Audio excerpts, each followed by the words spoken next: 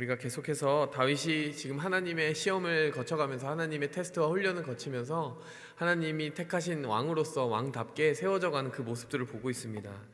여러분, 이 테스트를 거친다라고 하는 것은요, 진짜가 되기 위한 시험이 아닌가 이렇게 생각이 들어요. 간단히 말하면 그렇습니다. 이 테스트의 기간을 거치는 동안 계속해서 정금같이 단련을 받는 것이죠. 여러분, 금을 단련하는 과정, 금속을 단련하는 과정 가운데 꼭 불을 거치는 이미지가 있다라는, 그 과정이 있다는 걸 아십니까? 그리고 욥도 자기가 시험을 받을 때, 시련을 당하고 정말 고난 가운데 있을 때 내가 정금같이 나온다, 나중에 이 고난이 끝나고 나면 내가 정금같이 나올 것입니다 라고 이야기할 때 정말 그를 불사르는 듯한 그 고난이 그를 더욱 순수한 금과 같이 만들어줄 것이다, 그리고 그에게 속한 순수하지 못한 것을 태우는 과정일 것이다 라고 하는 그런 비유를 썼습니다. 여러분, 진짜가 된다는 것은요, 더 순수해지는 것이죠. 더 하나님께 속한 것만 남기 위하여 우리가 고난과 또 어려움과 시험을 거친다라는 생각이 듭니다. 그래서 여러분, 고난의 불이 올 때 여러분, 우리 안에 있는 진짜가 아닌 것들, 하나님께 속하지 않은 것들이 타버리게 되고 분별이 되게 되고 걸러지게 되고 또 하나님께 속한 진짜만 남는 그 과정이 일어날 것이라는 것을 우리가 능히 짐작해 볼 수가 있습니다. 그러니까 하나님의 시험이 쉽지는 않은 거예요. 왜? 나의 밑바닥에 있는 가짜들이 드러나니까. 그러니까 내 안에 하나님께 속하지 않은 것들이 드러나서 그것이 불타는 과정이고 수술을 받는 과정이기 때문에 굉장히 어려울 수 있다는 것이죠. 여러분, 이 다윗의 시험, 지금 다윗이 훈련받고 있는 이 상황 속에서도 진짜와 가짜가 치열하게 충돌을 하고 있습니다. 그래서 우리가 이 시험 가운데 있을 때 제일 중요한 게 뭐냐, 어느 길이 정말 진짜 하나님이 원하시는 길이고 어느 길이 그렇게 보이지만 가짜인 길인가, 이것을 분별해내는 것이 중요하다는 거예요. 두 가지 포인트 정도를 살펴보도록 하겠습니다. 진짜 회개와 가짜 회개를 구별해야 됩니다. 두 번째 포인트는 뭐냐면요, 기회와 시험을 구분할 수 있어야 됩니다. 여러분, 첫 번째로 살펴보고자 하는 것은 진짜 회개와 가짜 회개입니다. 여러분, 이 본문 말씀을 어디서 많이 들어보신 것 같죠? 그 느낌은 이유가 있습니다. 우리가 이미 똑같은 거의 비슷한 패턴의 이야기가 한번 벌써 벌어진 것을 알고 있어요. 어디서 벌어졌습니까? 사무엘상 24장에서 벌어졌죠. 여러분, 사무엘상 24장에서 사울이 동굴에 용변을 보러 갔는데 그 동굴에 마침 누가 숨어 있었다고요? 다윗과 또 다윗을 따르는 많은 사람들, 수백 명의 부하들이 또 함께하고 있는 여러 가솔들이, 가족들이 그곳에 있었다는 것을 우리는 기억하고 있습니다. 그때 어떻게 했죠? 다윗이 죽이지 않고 또 옆에서도 죽여야 된다, 하나님이 주신 기회다라고 부추기는 사람이 있었고, 그런데 죽이지 않고 가서 옷자락을 살짝 베었고 사울이 나가는 그 즉시 다윗도 따라 나가서 엎드리면서 나의 이 순결함, 결백함을 보십시오. 내가 언제 왕을 헤아려 했겠습니까? 기회가 있었지만 그렇게 하지 않은 이 증거만 보아도 알 수 있지 않습니까? 이러면서 오해를 풀려고 했던 그 장면을 우리는 알고 있습니다. 그때 사울이 어떻게 반응했습니까? 여러분, 사울이 막 울었어요. 사무엘상 24장 16절을 보시면요, 이렇게 나옵니다. 소리를 높여 울어요. 어떻게 말하냐? 다윗아, 이것이 내 목소리냐? 이러면서요, 사무엘상 24장 16절, 소리를 높여 울었습니다. 여러분, 오늘 이 본문 말씀에서도 거의 유사하지 않습니까? 죽일 기회가 닥친 거예요. 다 잠들어 있었어요. 다윗은 자기 부하 아비새만 데리고 갑니다. 그리고 부하가 또 말하는 거예요. 단창에 내가 찔러 죽일 수 있습니다. 그런데 다윗이 또 말하는 거예요. 하나님 기름 부으신 자를 죽일 수 없다. 그러면서 창과 물병만 가지고 딱 빠져나오죠. 그 다음에 저 산 꼭대기의 안전한 거리에서 또 외칩니다. 나의 무죄함을 보십시오.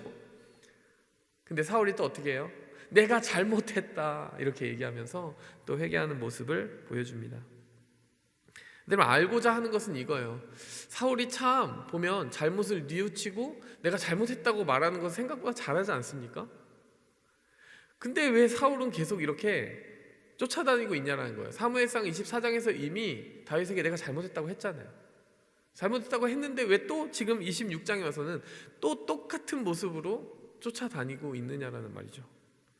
그러면 이 부분을 우리가 좀 살펴볼 필요가 있는 것 같아요. 그래서 24장을 거꾸로 가서 한번 살펴보도록 하면요, 자 24장을 봅시다. 24장을 보면요 16절에 사울의 회개하는 모습을 좀 봤으면 좋겠어요.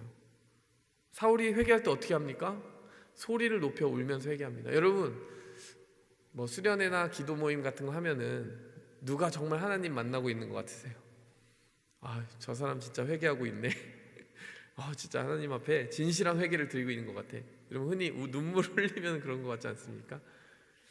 언제 진짜 예배를 드린 것 같은 속 시원한 마음이 드세요? 정말 내 눈에 눈물이 흐르고 하나님의 그 감동이 막 밀려오고 주체할 수 없는 눈물이 흐를 때 여러분 흔히 내가 회개했다, 내가 정말 하나님 앞에 진실하게 변화된 삶을 살 수 있도록 성령님이 만드셨나 보다, 뭐 이런 생각도 들잖아요. 많은 경우에 그럴 거예요. 근데 여러분 오늘 본문 말씀 24장이랑 같이 함께 보니까요, 눈물을 흘린다고 그 사람의 회개가 완성이 되지 않은 것 같아요. 왜? 사울은 눈물을 흘렸습니다.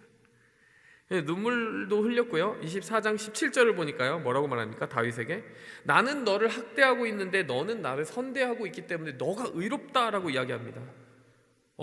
회개를 한 거죠. 사울이 회개를 하니까 판단력이 돌아옵니다. 자, 그리고 나서 18절에 보니까요, 여호와께서 나를 너의 손에 넘겼는데 네가 나를 죽이지 않았다. 이게 무슨 말입니까? 하나님도 눈에 들어오는 거예요. 하나님이 보니까 나를 너한테 넘겼는데 하나님이 넘긴 나를 네가 죽이지 않았구나. 하나님의 섭리가 다시 보이기 시작해요. 여러분 회개의 열매 아닙니까? 네, 19장에 보니까 또 뭐라고 말해요? 여호와께서 너에게 선으로 갚으시기를 원한다. 네가 이렇게 선하게 했기 때문에 선하게 갚았으면 좋겠어. 하나님이 갚아주셨으면 좋겠어. 여러분 하나님의 마음을 품고 축복하고 있습니다. 회개한 사람이죠. 그 다음에 20절 보시면요, 24장 20절 계속 24장 보고 있습니다. 나는 네가 왕이 될 것을 한다. 이 무슨 말입니까? 예언하고 있습니다. 맞죠? 다윗 너는 왕이 될 거야. 여러분 근데요, 이 말이 놀라운 말이에요. 왜 놀랍습니까? 사무엘은 다윗에게 몰래 가서 기름을 부어줬어요. 다윗도 알고 사무엘도 알지만 사울은 자기 눈으로 기름 부음 받는 다윗의 모습 본 적도 없어요.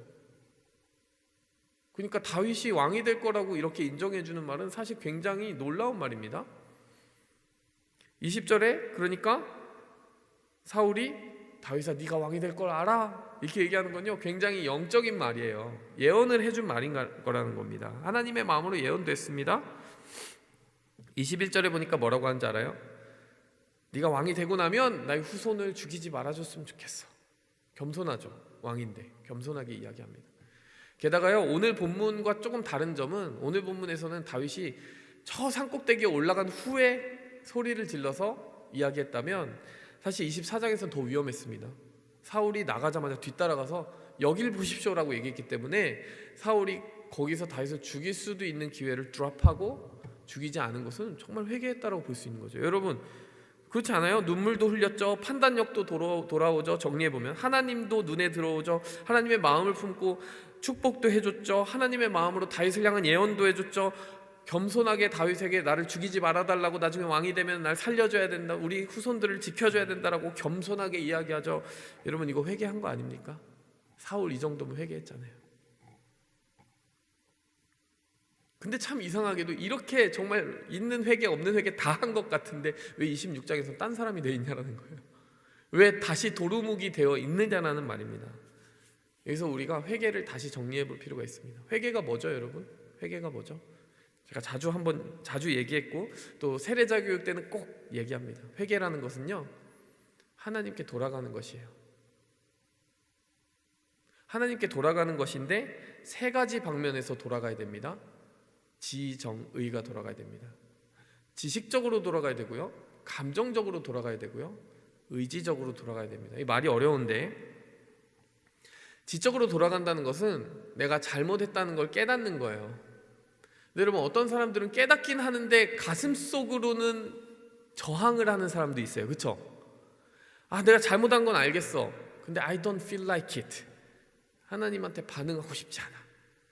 여러분 지적으로 제가 깨달아졌으면 어떻게 된다고요? 감정도 같이 움직여야 돼요. 그게 세컨 스테이지입니다. 그 감정의 스테이지로 가면 어떻게 돼요? 내가 정말 잘못한 것을 아파하는 거예요. 그러다 보면 눈물도 나는 것이죠. 우리가 보통 여기까지 보면 저 사람 회개하고 있네, 내가 회개하고 있네 이렇게 생각한다는 거예요. 여러분 아까 뭐가 남았죠? 지, 정, 감정, 의지. 여러분 의지라는 건 뭡니까? 실질적으로 돌이켜서 방향을 바꾸는 것입니다. 행동이 바뀌어야 돼요. 여러분 흔히 데이트 폭력, 여러분 데이트 폭력이 뭡니까? 네, 데이트하는 그 연인 사이에서 발생하는 폭력 사건이죠, 여러분. 근데 그 사건들이 꽤 한국에 많이 나는 것 같아요. 근데 동일한 패턴이 이거예요. 계속 맞고 또 잘못했다고 한다는 거예요. 눈물도 흘리고 무릎도 꿇는다는 거예요. 근데 또 받아줘요. 받아주면 어떻게 합니까? 또 때리는 거예요. 이 일이 계속 반복되다가 심지어 죽이기까지 하는데 도대체 왜 그렇게 미련하게 관계를 유지했냐? 사람들이 얘기하면 정말 그렇게 심리적으로 계속 그 사람을 길들이고 그 사람을 자기를 벗어나지 못하도록 그 굴레 안에 계속 매니퓰레이트 한다라는 겁니다. 뭐 그루밍이라고 얘기를 하잖아요. 그건 성범죄에 많이 쓰이는 이야기겠지만 이미 연인으로 이제 살아가는 두 사람에게도, 지내고 있는 두 사람에게도 잘못했다고 이렇게 눈물을 흘리고 해도 진짜 행동이 변화되지 않는 사람들이 그렇게 많더라는 거예요, 여러분. 눈물 흘리고 무릎 꿇으면 회개입니까? 잘못했다고 지적으로 인정했어요. 감정적으로 눈물 펑펑 흘리고 있어요. 근데 그 다음에 행동이 어떻게 돼요? 행동이 또 돌아오잖아요. 그 회개는 가짜 회개입니다. 우리도 상식선으로 아는 거예요. 그런 사람 보면 어떻게 얘기하겠어요? 야 미쳤냐? 헤어져라 이렇게 얘기하지 않겠어요? 우리 눈에도 뭐가 회개인지 뭐가 가짜 회개인지 알잖아요. 근데 하물며 하나님 모르시겠어요? 야 너 무릎도 꿇고 눈물도 흘리고 잘한다. 근데 너의 행동은 왜 자꾸 돌아오니? 너의 삶 속에 진정한 결단은 어디 있니? 그 결단을 이루기 위한 정말 구체적인 계획의 방법들은 어디 있니? 하나님은 가짜 회개와 진짜 회개를 구분하십니다. 다시 24장으로 돌아가 봤어요, 제가. 그러면 사울이 회개를 진짜 한 걸까? 라고 봤더니요, 지적으로 정말 너무 이렇게 회개를 잘한 사람이 없어요. 다윗아, 네가 의롭다, 네가 왕이 될 거다, 너는 우리를 죽이면 안 된다. 지식적으로요 완전히 하나님의 모든 계시로 충만한 예언과 축복을 다 던져줄 만큼 하나님의 계획이 꽉 들어찼어요. 사울은 지식적으로 완벽한 회개를 했습니다. 감정적으로는 어떻습니까? 눈물을 펑펑 흘리면서 후회하는 거예요. 완전한 회개를 했습니다. 근데 어떤 회개를 하지 않았습니까? 의지적으로 회개하지 않았어요. 뭘 보면 알까요? 의지적으로 회개했으면요, 다윗이 그때는 바로 앞에 있었거든요. 어떻게 해야 될까요? 다윗을 영접해야죠. 다윗아, 내가 너를 이렇게 도망자로 돌아다니게 했다니 너의 그 서러운 세월을 내가 돌아다니게 한 것을 후회한다. 내가 너의 모든 지위와 너의 모든 명예를 온 이스라엘 앞에서 회복시켜 줄게. 너의 이 같이 있는 너의 무리들과 함께 내가 영접해 주마. 여러분 이렇게 해야 돼요. 근데 어떻게 했습니까? 그냥 헤어졌어요. 다윗은 자기 갈 길로 갔고요, 사울은 자기 왕궁으로 갔습니다.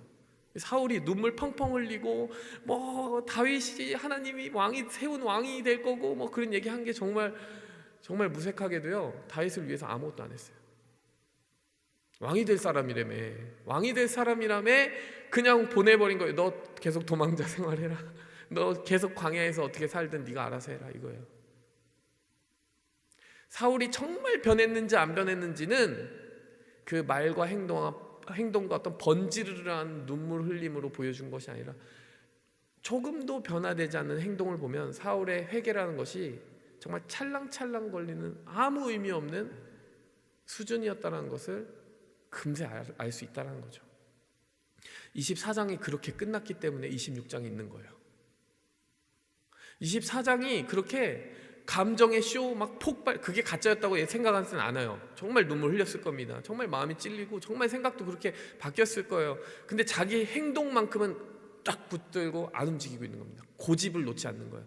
그래도 내가 살아있는 동안, 내 눈에 흙이 들어가는 동안 너는 내 왕궁에 들어오게 할 수 없어.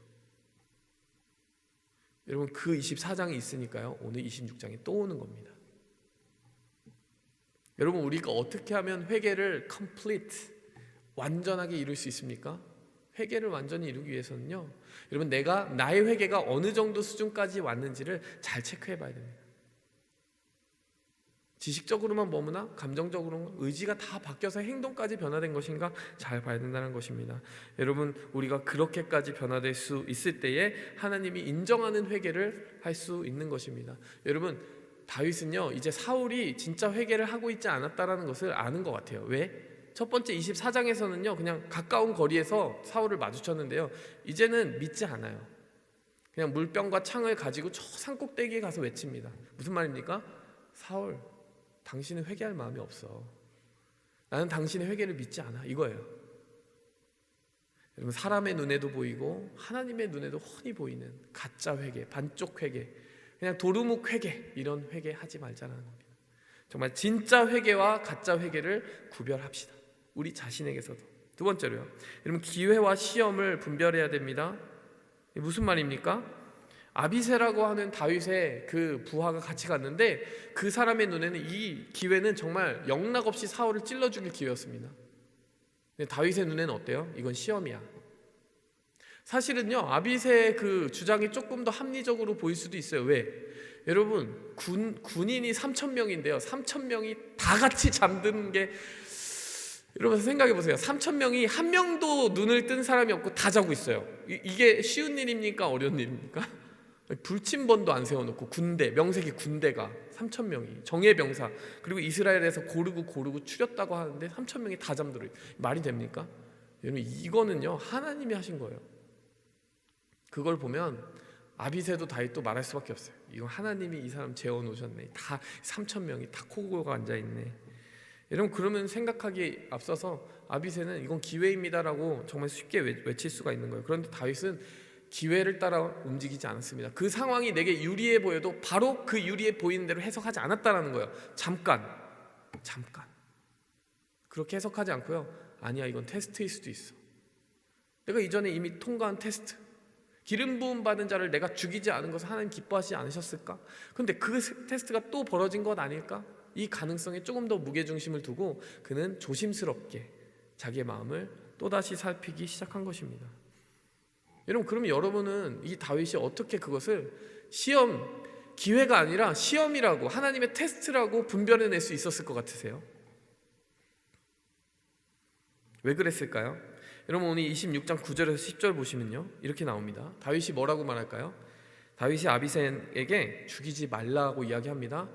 24장이랑 똑같이 얘기해요. 기름 부음 받은 자이니까 죽이지 말라. 근데 24장에 없는 이야기를 하나 더 합니다. 10절에 보시면 10절에 뭐라고 얘기합니까? 여호와의 살아계심을 두고 맹세하노니 여호와께서 그를 치시리라. 혹은 죽을 날이 이르거나 또는 전장에 나가서 망하리라. 여러분, 사울의 운명을 예언하는 것은 26장에 처음 나옵니다. 사울이 어떻게 될 거라고요? 자연사하거나 그냥 죽거나 전장터에 나가서 죽게 된다. 여러분, 이 말이 이루어졌을까요? 31장에 가서 이루어집니다. 전쟁터에서 죽어요. 비참하게 죽습니다. 근데 다윗이 10절의 고백을 왜 할 수 있었다고 생각하세요? 하나님이 직접 처리하실 거야. 그 말을 왜 할 수 있었을까요? 다윗이 나발을 보았기 때문입니다. 여러분, 바로 전장에 뭐가 있었어요? 아비가일이 와서 사울보다 훨씬 가치 없는 사람이 다윗을 모욕했어요. 이제 막 복수를 할 수 있어요. 그 분을 갚을 수 있는데 갚지 말라고, 하나님이 갚아주실 거라고 해서 마음을 진정시키고 가만히 있었더니 어떻게 했습니까? 진짜 죽어버렸어요. 하나님이 쳐서 죽였어요. 그걸 보고 다윗은 학습한 겁니다. 아, 그게 맞구나. 여러분, 우리가 어떻게 시험을 통과하는지 아세요? 이전 시험에서 배운 걸 확실히 학습하고 가야지 다음 시험, 똑같은 시험이 와도 다시 넘어지지 않습니다. 여러분, 어떤 사람은 계속 똑같은 시험 계속 실패하는 사람이 있고요. 이 다윗과 같은 사람은 어떤 거예요? 그전 시험을 분명히 결과를 알고 있는 거예요. 입력해 두는 거예요. 아, 이게 답이구나, 이게 정답지구나. 하나님이 처리하시는구나. 나발도 하나님이 처리하시는데 사울도 하나님이 처리하라고 드려야 되겠구나, 그걸 기뻐하시는구나 라고 하는 것을 확실히 마음에 새겼다는 것입니다. 여러분이 어떤 시험을 거쳤다, 그 과정에서 뭔가를 배웠다, 잊지 말고 기록해 두셔야 돼요. 그 시험을 무한 궤도처럼 반복하지 않기 위해서, 사사기를 살지 않기 위해서는, 사사기 정말 지겹도록 반복하지 않습니까? 우리의 사사기를 끊어내기 위해서 우리는 도대체 무언가를 배웠다면 배운 것을 잊지 말고 기억해야 된다는 것입니다. 그런가 하면요, 어떻게 기회인지 시험인지 다윗이 분별할 수 있었느냐? 그의 동기가 완전히 구별되어 있었기 때문입니다. 이게 말이 어려운데요. 자, 25절에 사울이 뭐라고 얘기합니까? 이 과정이 다 끝나고 나서 25절에 보면요, 사울이 이렇게 얘기해줘요. 다윗아, 너는 큰 승리를 얻을 것이고 큰 일을 행할 것이다. 덕담을 해줍니다. 근데 여러분, 어딘가 조금 공허하게 들리지 않습니까? 이 사울의 가치관을 보여주는 거예요. 사울은 지금까지 큰 일을 하고 큰 승리를 거두는 데만 막 온 초점이 다 맞춰져 있는 사람입니다. 여러분, 다윗이 이런 거 조금이라도 원할 것 같으세요? 그 허울 좋은 승리와 성공, 거기에 목매다는 사람일까요? 다윗의 동기는 달랐습니다. 19절 보시면 이렇게 이야기해요. 다윗은 이렇게 이야기합니다. 19절 20절에 보니까요, 여호와께서 먼 이곳에서 내 피가 땅에 흐르게 하지 마십시오라고 얘기해요. 그러면서 19절에 보면 사울, 당신을 따르는 사람들이 나를 모함하는 건 굉장히 악한 일입니다. 왜냐하면 나는 여호와 앞에 있어야 되는 사람들인데 나로 하여금 다른 신을 섬기라고 계속 다른 땅으로 밀어내고 있기 때문입니다. 이렇게 얘기해요. 다윗의 관심사는 뭡니까? 하나님 앞에 서는 거, 하나님이 주신 그 기업과 땅에 속하는 거, 하나님의 백성 중에 속하는 거, 그거밖에는 없는 거예요. 무슨 큰 일을 행하고 뭐 승리를 거두고 이런 동기가 없습니다. 여러분, 왜 사울을 죽이는 게 기회로 안 보였겠어요? 지금 왕이 되는 게 다윗의 주 관심사면요, 단번에 죽였습니다. 왕이 되는 게 관심사가 아니라 하나님하고 같이 사는 게 관심사예요. 이 사람 바라는 게 세상에 있지 않고 저 세상 관심 가지고 살고 있다는 거예요. 동기가 순수하니까 기회가 무엇이고 시험이 무엇인지 분별이 되더라는 거예요. 내가 하나님과 가까이 사는 법은 뭘까? 생각해 보니까 답이 나오는 거죠. 하나님이 기름 부으신 자를 치지 않는 거구나. 근데 여러분, 사울은 번번이 이런 시험에 통과하지 못하고 실패합니다. 왜 그래요? 큰 일을 행하고 승리를 얻는 데에만 목매달고 있기 때문에 그렇습니다. 근데 그 모든 승리 가운데 하나님과 한 번도 제대로 동행하지 않았다는 것이 함정이죠. 승리를 많이는 거뒀는데 다 패배였다라는 거예요. 승리처럼 보이는 패배. 어떤 것은요, 승리처럼 보이는 패배가 있고 어떤 것은 패배처럼 보이는 승리가 있습니다. 오늘 다윗은요, 큰 승리의 기회를 놓친 것처럼 보이지만 사실은 영적으로는 승리한 거예요. 하나님만을 바라는 순수한 동기를 지켰기 때문입니다. 여러분, 말씀 정리하도록 하겠습니다. 진짜와 가짜가 난무하고 있어요. 여기저기서 내가 진짜야 외치는데 여러분, 잘 구분하셔야 돼요. 누가 진짜 회개하느냐, 누가 가짜 회개하느냐. 그거 다른 사람을 보는 게 아니라 나 자신을 보면서 내가 지금 진짜 회개를 하고 있는 걸까, 가짜 회개를 하고 있는 걸까 잘 분별해야 됩니다. 또 뭘 분별해야 된다고요? 여러분, 나에게 다가오는 이 상황이 기회일까 시험일까, 그것을 잘 분별하기 위해서 동기를 지켜야 되고 이전에 거쳐왔던 시험들에 학습된 것을 잘 잊어버리지 말아야 된다. 여러분, 이것을 우리가 정리하고 나아가기 원합니다. 여러분, 이 시험은요, 하나님이 택한 자에게 반드시 승리하도록 주신 시험입니다. 여러분이 혹여나 그런 시험들을 경험하고 거치고 있다면 여러분, 하나님이 여러분 곁에서 도우시고 계시다는 것을 분명히 인식하고 끝까지 이겼으면 좋겠습니다. 함께 기도하겠습니다.